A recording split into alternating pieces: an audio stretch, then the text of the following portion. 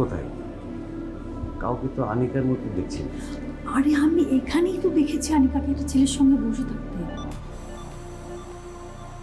তো দেখলে তাহলে কোথায় গেল? মানে দুজনে একসাথে হাওয়া গেল। আমি তো এটাও বুঝতে পারছি না যে এতটুকু সময়ের মধ্যে কোথায় গেল। আচ্ছা, ওরা বেরিয়ে যায়নি তো? তো তুমি তো রেস্টুরেন্টের সামনেই দাঁড়িয়েছিলে, বের হয়ে গেলে তো তোমারই আগে দেখার কথা। হ্যাঁ, তাও তো ঠিক, কিন্তু গেল কোথায়? আমার মনে হয় তুমি ভুল কাউকে দেখেছো। সাহিল, আমি পৃথিবীর অন্য কাউকে ভুল দেখলেও, চিনতে না পারলেও আনিকাকে আমি খুব ভালো করেই চিনব।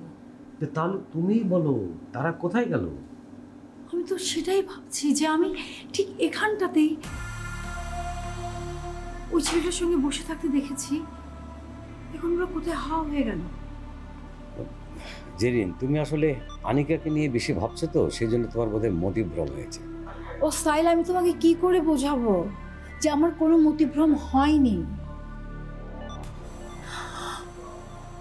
সাহিল, আমার মনে হয় আনিকা জাদু জানে।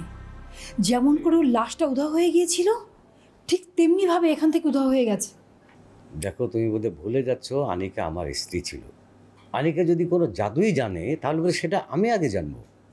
ওকে, ঠিক আছে, আমি এতক্ষণ তোমার কাছে যা বলেছি মিথ্যে বলেছি, সেজন্য ক্ষমা চাচ্ছি।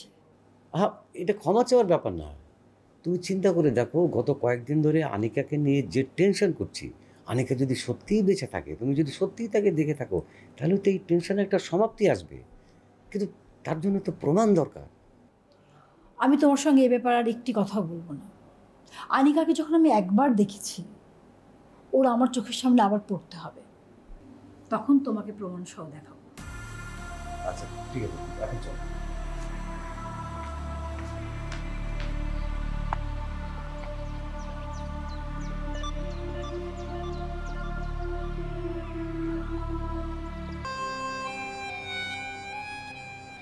আপনি যে এখানে এসেছেন, আপনাকে কেউ চিনতে পেরেছে?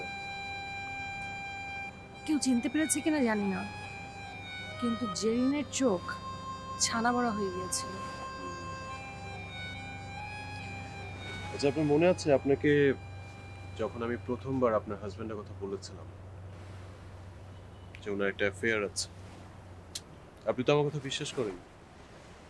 আপনি কি বলেছিলেন? আপনার হাজবেন্ড আপনাকে অনেক বেশি ভালোবাসে। দেখেছেন, এটা নমুনা। অর্ণব, সাহিল আমার জীবনের একটা পুরনো অতীত, জাস্ট ছেড়ে ফেলা একটা চ্যাপ্টার। বুঝতে পেরেছি,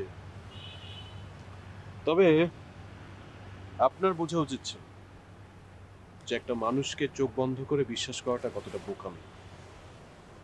দেখেন, একটা মানুষের ভিতরে দেবত্ব থাকে, আবার পশুত্ব থাকে। তো একজনকে না বুঝে শুনে অন্ধভাবে বিশ্বাস করাটা একদমই বোকামি। আর আপনারা মেয়েরা এসব করেন বলে বেশি নির্যাতনের শিকার হন। দেখুন, অবিশ্বাস, সন্দেহ এসব নিয়ে আর যাই হোক সংসার করা যায় না। আর কারো বাইরেটা দেখে তো ভেতরটা বোঝার কোনো উপায়ও নেই। ইয়েস, দেখা যায় না, কিন্তু আচরণে বোঝা উচিত ছিল। দেখেন, একটা মানুষ সবসময় মিষ্টি ভাষায় কথা বলবে বা সাধু সাজার চেষ্টা করবে, তখনই বুঝে নিতে হবে তার মধ্যে সমস্যা আছে। সাধুত্ব মুখে প্রমাণ করা যায় না, কাজে প্রমাণ করতে হবে। আসলেই তাই, ওই মিষ্টি কথার আড়ালে আমি সব কিছু ভুলে যেতাম। আচ্ছা অর্ণব, আমরা নয় অতীতকে এখন না টেনে আনি। ঠিক আছে,